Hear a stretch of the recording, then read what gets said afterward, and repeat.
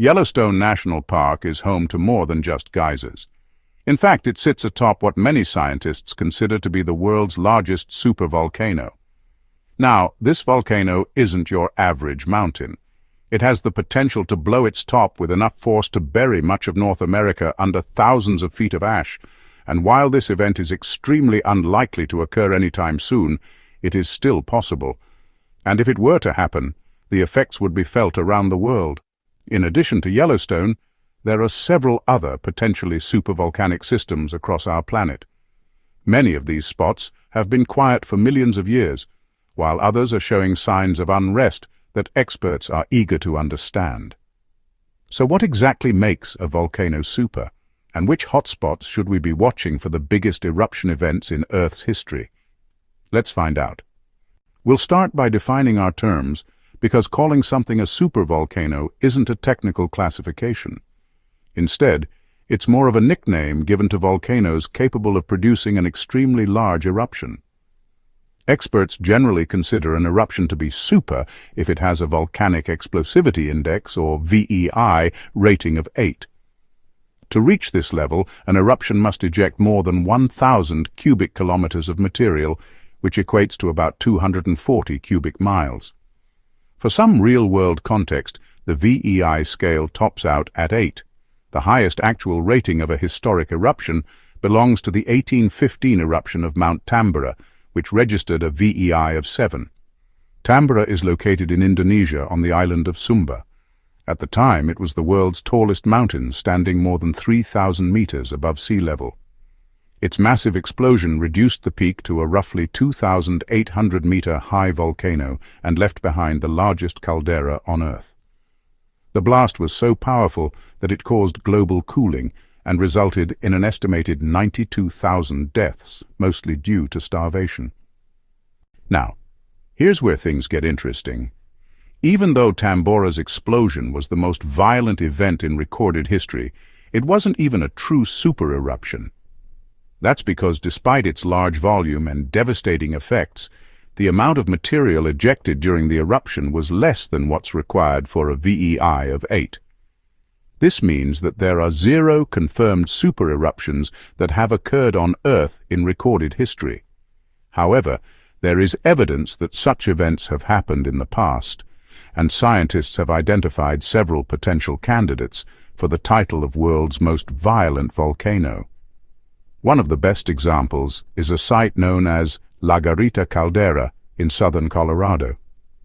Here, an eruption sometime before 27.8 million years ago created a massive crater nearly 12 kilometers wide and over 500 meters deep. While this may not sound like much compared to, say, Yellowstone, which we'll discuss shortly, scientists estimate that the amount of material ejected from La Garita's single eruption was around 3 times greater than that of Mount Tambora. Another potential candidate can be found at the Taupo volcanic zone in New Zealand. Here, an 1,800-meter high peak known as Mount Ruapehu sits at the center of a 36-kilometer-wide caldera.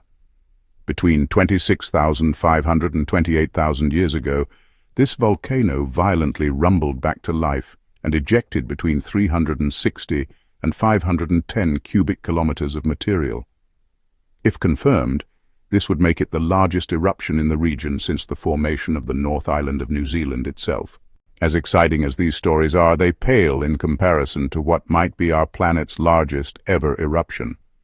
Located in the caldera of Lake Toba in Indonesia, the site of this prehistoric explosion is now a UNESCO World Heritage Site. But before it became a popular tourist destination, it was the source of one of Earth's most catastrophic events. Roughly 74,000 years ago, a massive eruption produced an estimated 2,800 cubic kilometers of ash and pumice. And while the event itself didn't last very long, the effects were felt for decades afterwards. In fact, it's believed that the dust and gas released during the eruption blocked out the sun and led to a volcanic winter. This may have contributed to a genetic bottleneck in humans, with estimates suggesting that our species had dwindled to just 400 to 1,000 breeding individuals. Put another way, every person alive today can trace their DNA back to one of these few survivors. Needless to say, the eruption of Mount Toba was one of the most significant events in human history, and it's only one of several super eruptions thought to have occurred throughout the years. But what about the ones that are still active? Well, the good news is that there doesn't appear to be any super eruptions in progress right now. However, several of these volcanoes have shown signs of unrest in recent years. So which areas should we be keeping an eye on? To answer this question, we'll turn to the United States Geological Survey, or USGS, which currently monitors 167 volcanoes across the US and its territories. Of these, just 33 are considered potentially active. Of that group, the ones that meet the criteria for a supervolcano are Yellowstone National Park, Valles Caldera in New Mexico, Long Valley Caldera in California, and Crater Lake in Oregon. Yellowstone is arguably the most famous supervolcano on our list. Sitting mostly in the northwest corner of Wyoming, the park is actually home to a trio of potentially active calderas. The largest of these, the Yellowstone caldera, formed following a super eruption approximately 640,000 years ago.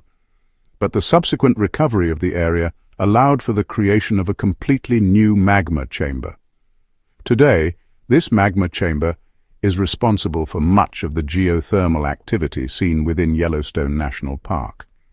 Between 1460 and 1730, a series of eruptions created the aptly named Yellowstone caldera. And while this event was significant, it was still significantly smaller than the earlier super eruption. Following this event, the area saw a resurgence of geothermal activity leading to the creation of new magma chambers. Today, these chambers are responsible for the hydrothermal wonders seen throughout the park. Unfortunately, these features also make it impossible to thoroughly study the caldera itself. So experts are forced to collect indirect evidence from surrounding areas. Despite this, scientists are confident that Yellowstone will erupt again. The only questions have to do with when and how. According to the USGS, there is roughly a 1 in 730,000 chance that an eruption will occur in the next 30 years. Next up is Valles Caldera in New Mexico. Located within the Jemez Mountains, this site is home to a roughly 17 by 25 kilometer caldera. Up until recently, it was largely dormant. That was until 2023 when researchers began detecting increased earthquake activity within the area. Since January of this year, there have been almost 200 earthquakes ranging from magnitudes 1.5 to 4.7. While this increase in seismic activity was concerning, it did come with a silver lining. Experts were able to use the earthquakes to map the magma chamber below the surface. This revealed a pocket of molten rock that could serve as the source of a future eruption. According to a report from the USGS, the chances of this magma chamber erupting within the next 30 years is 1 in 600,000. Our final point of interest is Long Valley Caldera in California. Stretching roughly 40 by 60 kilometers, this massive caldera formed after a series of eruptions between 760,000 and 600,000 years ago. Similar to Yellowstone, it hasn't been particularly active in recent history. However, in the early 1980s, scientists noticed a slight uptick in activity. Since then, they've continued monitoring the area closely. In fact, they've installed a local seismic network to keep tabs on any unusual activity. Fortunately, there hasn't been anything too concerning, and according to the USGS, the chances of an eruption in the next 30 years is 1 in 100,000. So what should you take away from this video? First, it's important to remember that the chances of any of these volcanoes erupting in our lifetime are incredibly small. Second, while some super eruptions have occurred in the recent past, none have reached the required VEI rating of 8. This means that the term supervolcano isn't meant to describe the frequency or severity of a volcano's activity. Instead, it refers to the potential power of a single eruption. Finally, it's worth noting that volcanoes aren't all that different from us humans. They go through periods of activity followed by periods of calm. As we continue learning more about these natural wonders, we can better understand and appreciate the processes that shape our planet. Speaking of shaping our planet, you too can help shape the future of our channel. We've put a lot of time and effort into finding the perfect topic for our next Science Show special, but we want you to have a say in the matter. Go ahead and vote for your favorite idea. And while you're at it, don't forget to subscribe so you never miss out on new episodes. Thanks for